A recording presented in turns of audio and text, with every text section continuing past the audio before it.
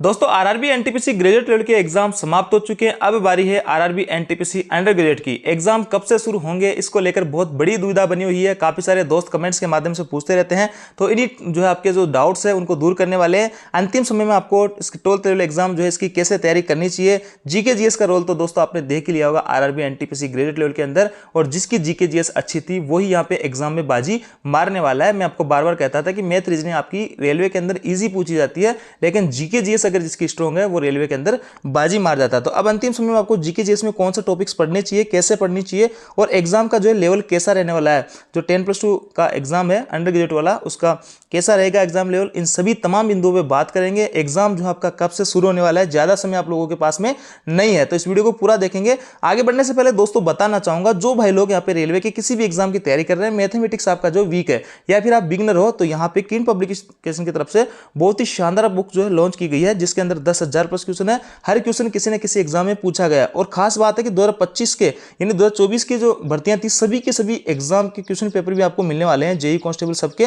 और यहाँ पे फ्री एआई एनेबल्ड आपको मिलने वाला 10,000 प्लस टीसीएस पीओक्यू है, शॉर्ट सॉल्यूशन मिलेगा, डिटेल सॉल्यूशन मिलेगा, बेस्ट ट्रिक्स भी दिए गए हैं। ये सभी ट्रिक्स के माध्यम से क्वेश्चन को जल्दी से जल्दी आपको जो है कैसे करना है वो सब चीज इसमें क्लियरली किया गया है। हिंदी और इंग्लिश मीडियम दोनों में ये बुक अवेलेबल है। इस बुक में क्या कुछ खास बात है मैं इसकी पीडीएफ भी आपको दिखा देता हूँ। देखिए दोस्तों, इस बुक का डेमो मैं आपको दिखाता हूँ। चैप्टर वाइज, टाइप वाइज सब चीज़ें आपको मिलने वाली है। एआई इनेबल्ड बुक है। इसके अंदर दोस्तों आपकी ये जो 2025 में जो एग्जाम हुए हैं, ये सभी के सभी एग्जाम, इनके भी आपको क्वेश्चन पेपर इनमें मिलने वाले हैं। फ्री ऑनलाइन जो है एआई मॉक टेस्ट भी आपको यहाँ पे मिलने वाला है। किस सब्जेक्ट से, किस चैप्टर से कितने क्वेश्चन पूछे जाते हैं उसका वेटेज भी यहाँ पे दिया हुआ है। तो ये बुक जो आपके लिए बहुत ही बेहतरीन साबित हो सकती है। और यहाँ पे देखिए किस टॉपिक का कितना परसेंटेज यहाँ पे एग्जाम के अंदर क्वेश्चन पूछे जाते हैं वो भी है। जैसे औसत जो आपका चैप्टर 5 है, इसके अंदर आप सब देखेंगे कि यहाँ पे क्वेश्चन पहले दे रखे हैं और उनका डिटेल से सोल्यूशन भी दे रखा है, और जो 2025 के अंदर क्वेश्चन आया उनको हाईलाइट भी किया गया है, तो ताकि आपको पता लग सके कि अभी ये जो रिसेंट एग्जाम क्वेश्चन पेपर है रिसेंटली किसी न किसी एग्जाम के 2025 में पूछे गए हैं। तो ऐसे में दोस्तों यहाँ पे डिटेल से सॉल्यूशन भी दिया गया है। तो ये बुक आप लोगों के लिए बहुत ही फायदेमंद साबित हो सकती है। इसका ऑनलाइन ऑफलाइन किसी माध्यम से बाय कर सकते हैं। ऑनलाइन बाय करने के लिए लिंक आपको डिस्क्रिप्शन में दिया हुआ है।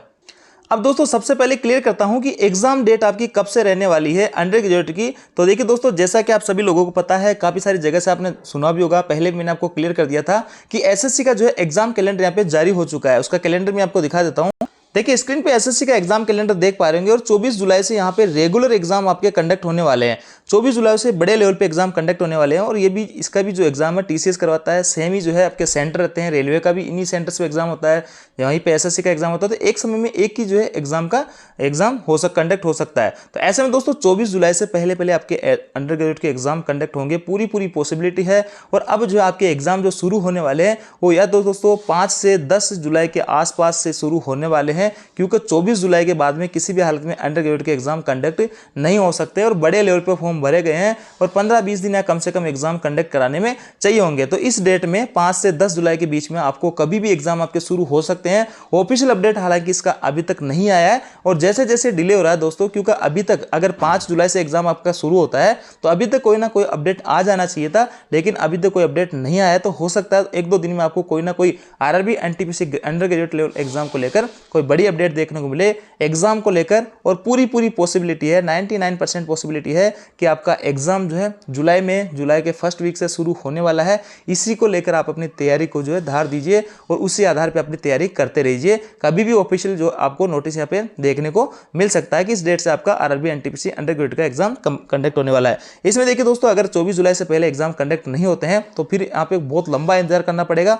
मार्च तक जो है यहाँ पे शेड्यूल फिक्स है, आपका स्लॉट फिक्स है एसएससी के एग्जाम्स की वजह से। तो ऐसे में किसी भी हालत में आपके 24 जुलाई से पहले एग्जाम कंडक्ट करवाए जाएंगे अंडर ग्रेजुएट के। बहुत ज़्यादा समय आप लोगों के पास में नहीं रहने वाला है। तो एग्जाम डेट को लेकर आपको क्लियर हो गया।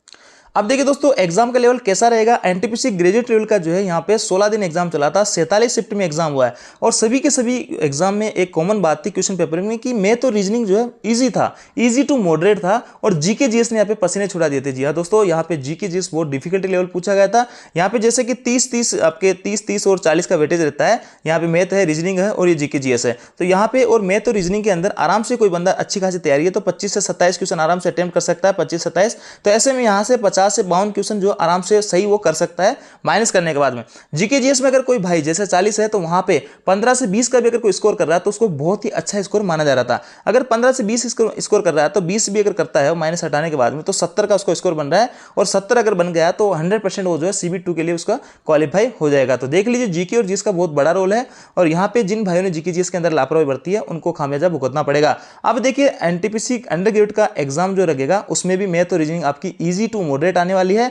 आपको फोकस करना है जीके जीएस के ऊपर, और जीके जीएस में भी ऐसा नहीं है कि आपको किताबें मोटी मोटी किताबें वगैरह पढ़नी है, आपको बेसिक जीके जीएस पढ़नी है, जैसे कि ज्योग्राफी है, पॉलिटिकल है, आपके हिस्ट्री वगैरह है, जो मेन टॉपिक है वो पढ़ने हैं। सबसे इंपॉर्टेंट बात है करंट जीके को कर लीजिए। 8 से 10 क्वेश्चन आ रहे हैं, 8 से 10 क्वेश्चन आपके यहाँ से अगर कवर हो जाते हैं तो जीके जीएस में आपका आधा काम हो जाएगा। और मैंने करंट के लिए आपको बताया था अंतरराष्ट्रीय क्रॉनोलॉजी आती है हर महीने की, एग्जाम से पहले की 6-7 महीने के आप ले लीजिए, उनको पढ़िए, उनमें से आपके करंट के क्वेश्चन मिल जाएंगे। ज़्यादा आपको टाइम वेस्ट करने की आवश्यकता नहीं है। तो करंट पे आपको ज़्यादा फोकस करना चाहिए जिन भाइयों का एग्जाम है एनटीपीसी अंडर ग्रेजुएट का। इसके अलावा 3-4 क्वेश्चन आपके कंप्यूटर को पूछा रहे हैं। साइंस का वेटेज जो है बहुत कम इस बार एनटीपीसी के अंदर देखने को मिल रहा है, फिर भी जो फॉर्मूले वगैरह हैं वो आपको थोड़ा सा देख लेना है, और बेसिक जो है आपको जीके जीएस पे फोकस करना चाहिए। तो इसलिए करंट पे ज़्यादा आपको फोकस करना है, क्योंकि करंट के अच्छे खासे क्वेश्चन यहाँ पे पूछे जा रहे हैं। एनटीपीसी ग्रेजुएट लेवल एग्जाम का जो प्रभाव पड़ेगा वो सीधा सीधा यही है कि जैसा पेपर ग्रेजुएट के अंदर आया है वैसा ही एग्जाम पैटर्न आपका एनटीपीसी अंडर ग्रेजुएट में भी रहने वाला है।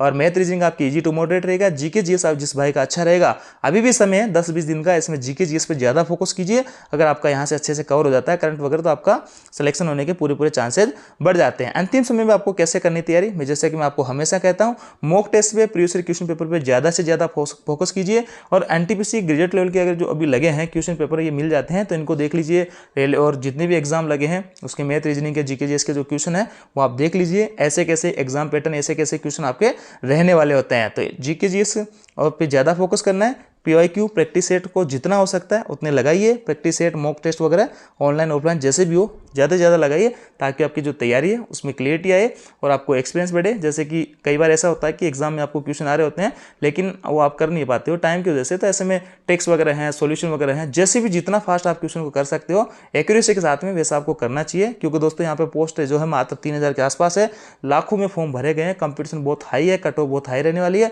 तो यहाँ पे उसी भाई का सिलेक्शन होगा जो एक बेहतर रणनीति के साथ में काम करेगा। तो यहाँ से आपको बहुत सारी चीजें क्लियर होगी। एग्जाम डेट में आपके ज्यादा समय नहीं है, आपको अच्छे से तैयारी करनी चाहिए। तो ये थी दोस्तों अपडेट। आई होप जानकारी आपको अच्छी लगेगी। वीडियो आपको जरूर लाइक, दोस्तों के साथ में शेयर जरूर करें। किसी भी टाइप का डाउट हो तो आप कमेंट करके पूछ सकते हैं। Thank you.